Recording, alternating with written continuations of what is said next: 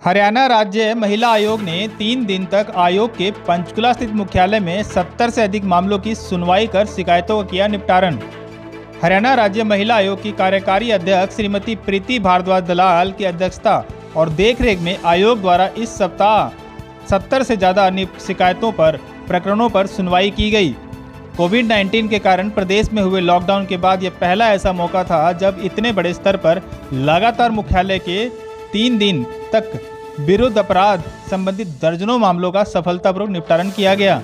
इन शिकायतों में विशेष रूप से हरियाणा राज्य के 4 जिले पानीपत, सोनीपत, कैथल, कुरुक्षेत्र से आई विभिन्न शिकायतों पर विस्तार पूर्वक सुनवाई कर विभिन्न प्रकरणों पर निपटान भी किया गया। लॉकडाउन के बाद आज पहली बार इतनी अधिक शिकायतों का कम समय में निपटान किया गया जाना आयोग के लिए एक अच्छी उपलब्धि साबित हुई। आयोग के समक्ष कई शिकायतों और मामलों में ज़्यादातर मामले गृह कलेश, विवाह, हिंसा, बलात्कार, प्रेम विवाह संबंधी उत्पीड़न, धर्मांतरण संबंधी यौन उत्पीड़न, कार्यस्थल पर उत्पीड़न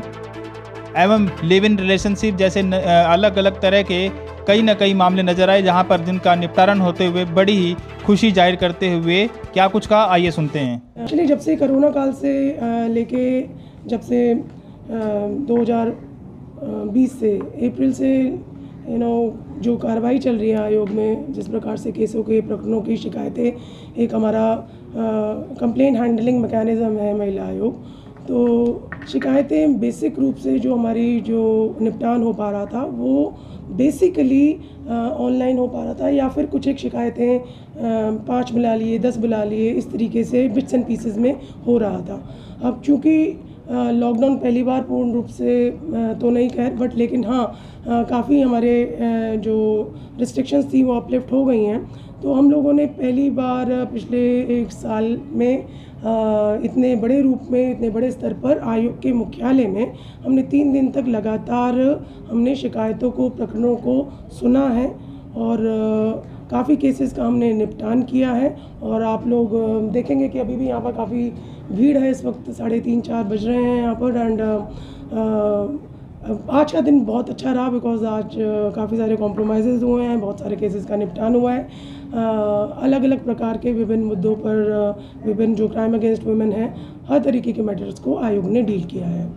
और जिसमें कि घरेलू हिंसा सबसे ज़्यादा रिपोर्टेड क्राइम है। और हम लोगों की एक प्रक्रिया जो हम बताना चाह रहे हैं कि हरियाणा सरकार, भारत सरकार का जो अभियान और नारा रहा है कि बेटी बचाओ बेटी पढ़ाओ, आयोग का ये मानना है बिकॉज ऑफ द फैक्ट कि हरियाणा में बेटी को बचाने की प्रक्रिया बहुत अच्छी तरीके से पिछले 5-7 साल से चल रही है। बेटी पढ़ भी रही हैं, but yes obviously we can not say for the present time कि बिकॉज कितना ड्रॉप आउट रेट है वो एक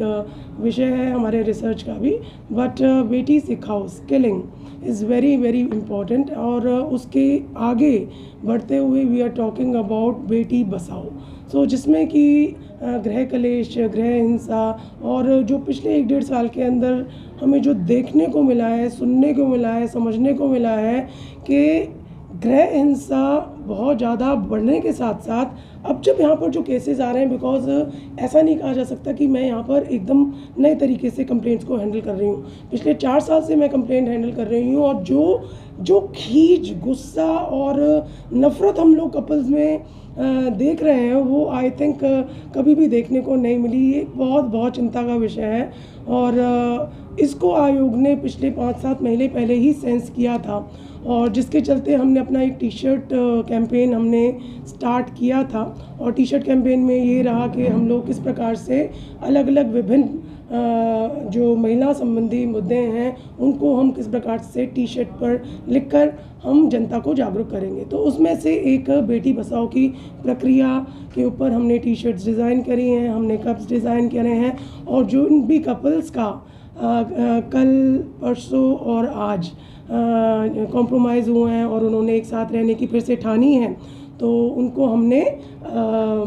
वो टी शर्ट्स भी दिए हैं और कप्स भी दिए हैं, दे वर वेरी हैप्पी। और उन्होंने ऑब्वियसली अपने लिखित बयान दिए हैं और कॉम्प्रोमाइज़ डीड पर भी साइन करके आगे जीवन में बढ़ाने का उन्होंने प्रतिबद्धता दिखाई है। तो आयोग को बहुत खुशी है कि हम सभी लोग बात करते हैं कि महिलाओं के अधिकारों की बात, यहाँ पर हम महिलाओं के दायित्व और इवन पुरुष के भी जो दायित्व हैं वो जो कि कुछ गलतफहमियों के कारण वो नहीं अपना आगे जीवन बिता पाते, नहीं साथ रह पाते, तो वो हमने उसको एड्रेस करने की हमारी एक कोशिश रही और जो सफल हो रही है। और उसको जानते मानते समझते हुए हम लोग अब आगे बेटी बसाने का अभियान आज से ही हम लोग आप लोगों के माध्यम से स्टार्ट कर रहे हैं, जो हम पहले से भी करते रहे हैं, लेकिन एक फॉर्मल रूप से हम उसको एक फॉर्मलाइज करना चाह रहे हैं, जो कि पिछले हमारे को 3 दिन के अंदर जो चीज़ें उभर कर आई हैं, जो हमारे को लगता है कि इस चीज़ को एक बहुत प्रभावी ढंग से एक देश में प्रदेश में अभियान छेड़ना चाहिए, वो इस चीज़ का बेटी बचाओ का। तो मैम 3 दिनों में कितने मामलों में जो है कॉम्प्रोमाइज़ किया गया और कितने मामलों में जो है कार्रवाई के लिए लिखा गया? जी, एक्चुअली हमने 70 से अधिक मामलों को हमने सुना है और हमने उस पर कार्रवाई भी की है, और भी हमारे पास अलग अलग मोड्स और कम्युनिकेशंस के थ्रू हमारे पास हमने कंप्लेंट्स को देखा। पिछले 3 दिन स्पेसिफिकली हम बात कर रहे हैं। और एनी नंबर सॉल्यूशन का कोई सॉरी एनी नंबर कोई आंकड़ा कितने solution? See the thing is that because देखो हमने सबसे अच्छी बात इन 3 दिनों में ये रही कि क्योंकि बिकॉज ऑफ द फैक्ट कि ये 3 दिन तक कार्रवाई चली कि जो पार्टी पहले दिन नहीं आई तो हमने दूसरे दिन उनको बुलाया, तो एक वादी हैं, प्रतिवादी हैं, पुलिस हैं या थर्ड पार्टी हैं, तो उनमें से कोई नहीं आ पाया, तो ऑब्वियसली जो हमारी हेयरिंग होती है वो फ्रैक्चर्ड हो जाती है। यू कैन नॉट रियली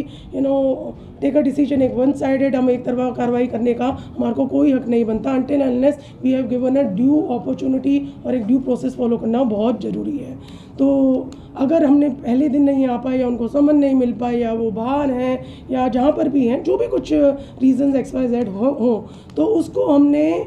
3 दिन तक कार्रवाई करके जो लोग परसों नहीं आए थे वो आज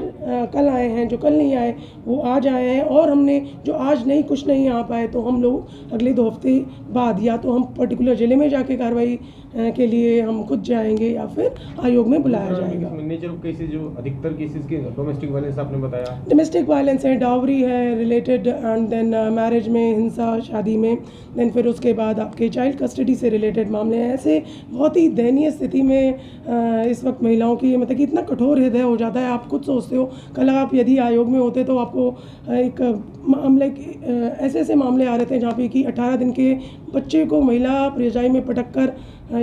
she just left her home. So एक सोचते हुए भी बताते हुए, मैं खुद महिला हूँ, हमारे यहाँ पे सारी महिलाएं काम करती हूँ, वो खुद महिलाएं थी, और एक अधिकार की बात करके, और वो पति और बच्चे को छोटा सा बच्चा 7-8 महीने का बच्चा, उसको and you can just see from his eyes कि कितना दर्द उस बच्चे की आंखों में, एंड ही वाज क्राइंग अनकंसोलेबली। बहुत ही मतलब कि एक दो जिसको कहते हैं ना कि यू एट द खुद आप अगर वहाँ पर हो तो एक इंसानियत को शर्मसार करने वाली हमने इस प्रकार के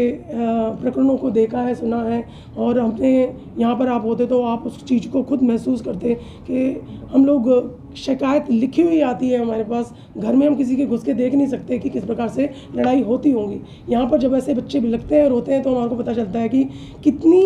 कितना दर्द है एक्चुअली फैमिलीज़ में, जिसको एक एड्रेस करना बहुत ज़रूरी है। तो उसको जानते मानते समझते हुए live in relationships is an important thing that has come before the commission, और जहाँ पर कि आयोग के पास भी मामले आए हैं और जो हमारे को बताया गया कंप्लेन में वो कुछ और लिखा हुआ होता है, और जब सुनते हैं तो कुछ और निकलता है। और यहाँ पर how they have abused the live in relationships,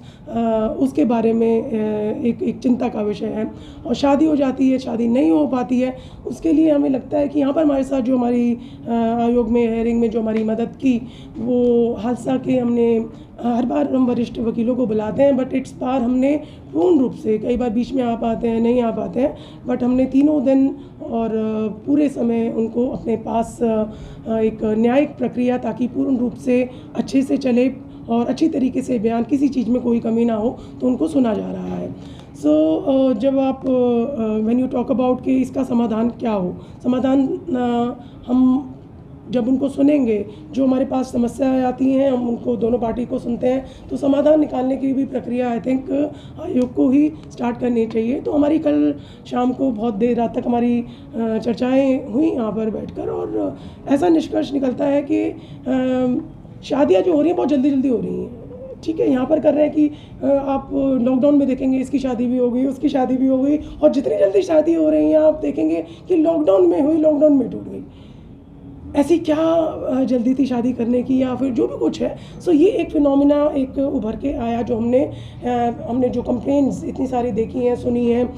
तो और अभी भी आप देखेंगे, आज भी आप देखेंगे तो in the lockdown they got married and with in 3 months they just the marriage got this thing dissolve, और आगे की प्रक्रिया उन्होंने चालू कर दी। नाउ इस बीच में हम लोगों को एक समाधान निकालने की जो हम कोशिश कर रहे हैं वो ये है कि एक प्री मैरिटल विवाह पूर्व यदि एक कोई काउंसलिंग की प्रक्रिया हमारे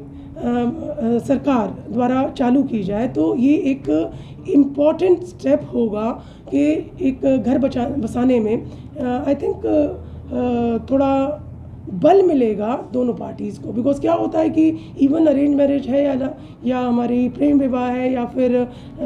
दोनों मिक्स है या फिर व्हाटएवर जो भी कुछ है, इंटरकास्ट है, इंटर रिलीजियस मैरिज, व्हाटएवर जो भी कुछ है। So but what is important is to know कि आपके शादी से पहले यदि आपको पता है कि आपके राइट्स क्या हैं, आपकी ड्यूटीज़ क्या हैं, आपकी साइकोलॉजिकल, आपकी इमोशनल हेल्थ, आपकी फ़िज़िकल हेल्थ, कॉन्ट्रासेप्टिव्स के बारे में, आपको आगे परिवार कितना बढ़ाना है, आपकी उम्र कितनी है, उसके हिसाब से आई थिंक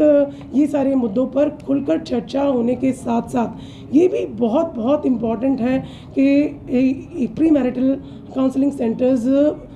पूर्ण रूप से हर डिस्ट्रिक्ट में संचालित होने चाहिए। जिस प्रकार से वन स्टॉप सेंटर्स हैं, जिस प्रकार से चाइल्ड वेलफेयर कमेटीज़ बनी हुई हैं, like whatever the legal processes are there, ऐसे सेंटर्स भी होने चाहिए। यहाँ पे WCD के हैं, एक सिर्फ हादसा का नारनौल में एक सेंटर इनाग्रेट किया गया था कुछ समय पहले, but I think by Narnaul I fail to understand that. तो उसके लिए सिफारिशें हम हादसा के साथ साथ ऑब्वियसली सबसे पहले हम अपनी गवर्नमेंट को भी देंगे। मैम, आपने चिंता जताई अपने बयान में लिव इन रिलेशनशिप की, तो आप क्या महिला आयोग इस तरह से कुछ चर्चा जारी करेगा कि लिव इन रिलेशनशिप के पहले अगर कोई लड़की रह रही है तो उसको जानना चाहिए कि सामने वाला कैसा है? देखिए, हम राइट टू प्राइवेसी में we should not be interfering. So girls are very smart enough to understand when they decide कि उनको लिव इन रिलेशनशिप में रहना या नहीं रहना। तो कोई भी यदि महिला या लड़की लिव इन रिलेशनशिप में है या रहना चाहती है या रह रही है, सो दैट इज़ वो बालिग है, वो इतनी सक्षम है कि उसका दिमाग काम कर रहा है कि वो अपना परिवार छोड़ के एक पुरुष के साथ एक अपार्टमेंट में, एक घर में रह रही है। लेकिन ज़्यादातर रेप केस के जो मामले आते हैं वो लिव इन रिलेशनशिप के आते हैं। वो पहले तो साथ में रहते हैं लेकिन बाद में फिर कहते हैं कि ये मेरे साथ इतने दिनों से रेप हो रहा था। जी, ये एक समस्या है और ऐसे केसेस भी आयोग में हमारे को सुनने को मिले हैं और हमने सुने भी हैं। अभी पिछले 3 दिन की हमारी जो हियरिंग हुई है, समाधान इसका लिव इन कपल्स को ही अपने बारे में साथ में ढूंढना है। लेकिन ये कहना कि हमारे साथ रेप हो रहा था, आई थिंक सुप्रीम कोर्ट ने भी और हायर कोर्ट्स ने भी टाइम टू टाइम जजमेंट दी हैं इस बारे में। और यदि कोई महिला आरोप लगाती है और बाद में जब पता चलता है, बिकॉज पुलिस की क्या है कि उनको FIR लिखनी पड़ेगी यदि किसी भी महिला ने यौन उत्पीड़न का एक गंभीर आरोप यदि किसी पुरुष के खिलाफ लगाया है। तो ज़्यादातर केसेस में यदि आप पाएंगे तो कन्विक्शन क्या है या फिर FIR ज़्यादातर केसेस में रद्द हो जाती है। तो यहाँ पर भी मैं एक ये नहीं कहूँगी कि ये the law is nowhere, but ऐसी भी बहुत महिलाएं हैं जिनको प्रताड़ित किया जा रहा है। आप ये उसको शून्य से एकदम से ऐसा नहीं कह सकते कि सारे लिव इन रिलेशनशिप में वायलेंस नहीं होता। देयर इज़ वायलेंस और देयर इज़ मिसयूज़ भी होता है, जहाँ पर वो एकदम से आपको पुलिस की कार्रवाई से जो उनके पास जो रिपोर्ट आती है और जिनको हम मामलों को सुनते हैं उससे वंस एंड फॉर ऑल एकदम से क्लियर हो जाता है कि वेदर द मैटर इज़, उसमें पानी में कितना दम है मामले में। और उस प्रकार से यदि चलता है, और ये भी हमारा देखना भी जो हमने अभी तक हमारी जो प्रक्रिया रही है, ऐसे मामलों में ज़्यादातर FIRs कैंसिल ही होती हैं। जी, तो क्वेश्चन है,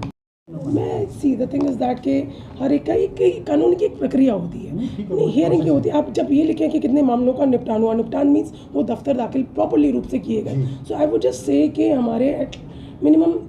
you can just stay 35 to 37% मामलों का पूर्ण रूप से निपटान हुआ। 37% नहीं, दफ्तर दाखिल उनको किया है। बाकी मामलों का भी निपटान होगा, but that will again be not 100%, because NRI matters हैं जहाँ पर हमारे को एब्सकॉन्डिंग हैं जो लोग जो उपस्थित नहीं हो रहे, तो वो 1-2 हफ्ते में आई थिंक उन मामलों को उनको सुनवाई करनी पड़ेगी। एज आई टोल्ड यू कि ड्यू प्रोसेस फॉलो हर जगह किया जाना चाहिए, होना चाहिए। तो ये होगी, रिपोर्ट्स भी हम मांगेंगे और जो भी टाइमली रिपोर्ट आएंगी उस हिसाब से मामलों का निस्तारण होगा। तो ये बताना चाह रही थी, I just wanted to share it with you. जैसे एक और चीज़ जो कि विच इज़ वेरी इंपॉर्टेंट कि हमारा जैसे वार्षिक वर्ष जो है हमारा अप्रैल से स्टार्ट होता है, तो अप्रैल से लेके अभी सितंबर तक, आधा सितंबर हुआ है, 15-16 तारीख है, so it is like 5.5 months almost. आप एक आधा वर्ष लगा लीजिए, सो आधा वर्ष भी नहीं, 15 दिन में हमारे आप औसतन अगर लगाएंगे तो मेरे ख्याल से हमारे पास 1314 कंप्लेंट्स हो जाएंगी। मेरे ख्याल से 1200-1150 कंप्लेंट्स हमारे पास आयोग में already we have got registered complaints with the commission. हमारा इन मामलों को लेके अराउंड 69-70% तक पहुंच गया है,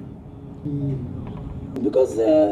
actually impatience and not believing in the institution of marriage. आप शादी तो करना चाहते हैं, लेकिन शादी क्या है उसमें आप बिलीव नहीं करना चाहते। आप अधिकार तो मांगते हो, लेकिन आपके दायित्व क्या है वो आप नहीं समझते। चाहे वो लड़का हो, चाहे वो लड़की हो, चाहे वो इन लॉज हो, दोनों तरफ के, लड़की वाले की भी और लड़के वालों की भी। बिकॉज सबसे पहले क्या बात होती है कि जहाँ पर हमारी लड़की की शादी हुई, हमने इतना पैसा खर्च किया, हमने यहाँ पर शादी करी, हमने इतना पैसा लगाया, और जितना भी जो भी दिखता है सामने दिखता है कंप्लेंट में, जितना लिखा हुआ है मेरे ख्याल से फॉर एग्जांपल XYZ अमाउंट उन्होंने दिया हुआ है, तो आई वुड से कि X अमाउंट ही उन्होंने खर्च किया हुआ होता है। ये एक मेरा जो मैं बोल रही हूँ हो सकता है वो गलत हो, लेकिन ये कुछ एक मामलों में हमारे को देखने को मिला है where there has been a categorical misuse of law by sadly by women। IPS कोई VC कोई तरह देखिए आयोग में बिकॉज ऑफ द फैक्ट के हमारा जो डिपार्टमेंट की यदि आप बात करते हो तो हर डिपार्टमेंट से ही किसी ना किसी अधिकारी, चाहे आप हेल्थ डिपार्टमेंट हो, चाहे आपका होम डिपार्टमेंट हो, चाहे आप पुलिस डिपार्टमेंट हो, चाहे एजुकेशन हो, चाहे CM हो, चाहे PMO हो, तो कहीं ना कहीं कुछ ना कुछ, बिकॉज जहाँ पर भी महिलाएं काम करेंगी, जहाँ पर भी पब्लिक डीलिंग होगी, जहाँ पर भी एक कंप्लेंट मैकेनिज्म अथॉरिटी होगी, तो वहाँ पर ऐसा हो ही नहीं सकता अधिकारियों के खिलाफ कंप्लेंट ना होगी। क्योंकि अब मन से आपके साथ शेयर करना चाह रहे हैं इस चीज़ को कि आई थिंक, और एक आपसे अपील भी करना चाहते हैं इनफैक्ट हम जनरल पब्लिक से, कि एक जब भी आप कंप्लेन करते हैं या फिर शिकायत करते हैं तो अपना भड़ास आप अपनी जो कंप्लेंट्स में जो निकालते हैं वो दैट इज़ वेरी बहुत एकदम देखने को मिलती है जब और पुलिस में बेचारी बीच में फंसती है। उनको एक पार्टी तो ज़रूर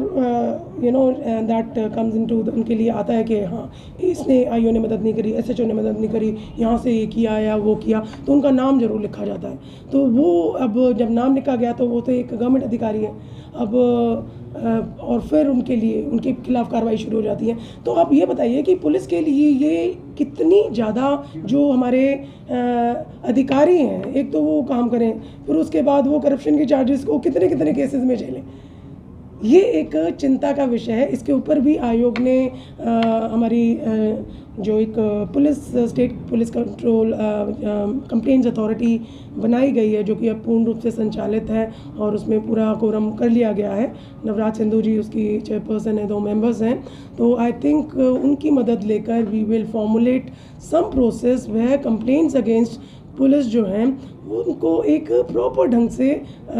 एड्रेस किया जाए। एंड हम नहीं चाहेंगे किसी भी तरीके से कि किसी भी पुलिस अधिकारी को एक बैकफुट पे आकर अपनी कोई भी कार्रवाई करनी पड़े, बिकॉज और एक अपील जनता से, अपनी बहनों से, परिवार वालों से, इन लॉज से, आउटलॉज से, हुएवर इट इज़ देयर, अपनी कंप्लेंट्स में आप अपने ना शब्दों में जो प्रयोग करें उसमें बल लाएं। आप यदि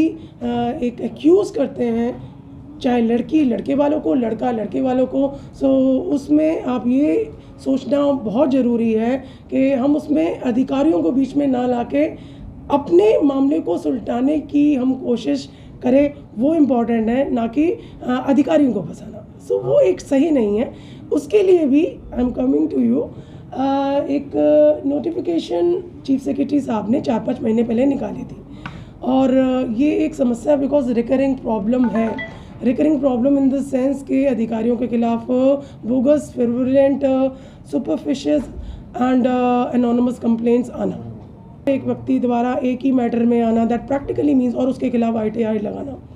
सो ये बेचारा वो अधिकारी कैसे काम करेगा? सुबह उठेगा तो उसको एक RTI की उसको नोटिस भेजा जाएगा, रात को जाएगा तो फिर उसको एक और RTI का नोटिस भेजा जाएगा या इंक्वायरी में जाने का, तो वो काम कब करेगा या करेगी? सिंपल सी बात है। होम मिनिस्ट्री के पास शिकायतें जितनी आती हैं वो सबसे अधिक पुलिस वालों के खिलाफ होती है। हमारे पास भी आती हैं। तो क्या आप मानते हैं कि पुलिस अपनी भूमिका 100% सही निभा रही है? देखिए, कोई भी कंप्लेंट अगर पास, जैसे मैंने 1150 कंप्लेंट के बारे में बात करी, 1150 कंप्लेंट्स में से अगर हम कहते हैं कि 50 कंप्लेंट्स डिपार्टमेंट के अगेंस्ट हैं या मे बी अलग मामलों से अगेंस्ट हैं, 1100 कंप्लेंट्स में पुलिस की का रोल होता है। तो अब 1100 से 1100 कंप्लेंट्स में यदि पुलिस का नाम होता है, किसी अधिकारी का नाम होता है, तो बंदे को तो बेचारा कहा जाएगा। वो एक आप समझिए उस चीज़ को। एंड ये प्लीज़ आई रियली वांट कि इसको मिसकंस्ट्रू ना किया जाए। It should be used in a positive way, it should be used in a positive way. हम पुलिस की मदद करें, हम सहभागिता दिखाएं, ना कि हम उनके ऊपर एक तरीके का प्रेशर देकर शिकायतों के द्वारा या फिर CM विंडो में, PM विंडो में, या फिर DC के पास, SP के पास, या फिर हर जगह हर आयोग में लगा देना, वो चीज़ सही नहीं। तो हम ध्वस्त करने वाले हम ही लोग हैं, और आई थिंक आप लोगों से बढ़िया तो और कोई हो ही नहीं सकता। मीडिया अगर सहयोग करे तो आई थिंक करता भी है, ऐसी बात नहीं है, बहुत कुछ आप लोगों के थ्रू ही हो पाता है। एंड एक ऐसा कॉलम क्यों ना स्टार्ट किया जाए जहाँ पे सक्सेस स्टोरीज़ एक महिला पुलिस अधिकारियों के फेवर में, या फिर पुलिस के फेवर में, या फिर मे भी हमारे आयोग के फेवर में कुछ आप स्टार्ट कीजिए कि हमारी सक्सेस स्टोरीज़ को आप रेगुलरली छापें, because I think we are doing quite a good work. And I would just why I am saying this thing के बिकॉज ऑफ द फैक्ट कि हमारा आयोग का जो काम है, बिकॉज DGP साहब is the ex officio member of this commission.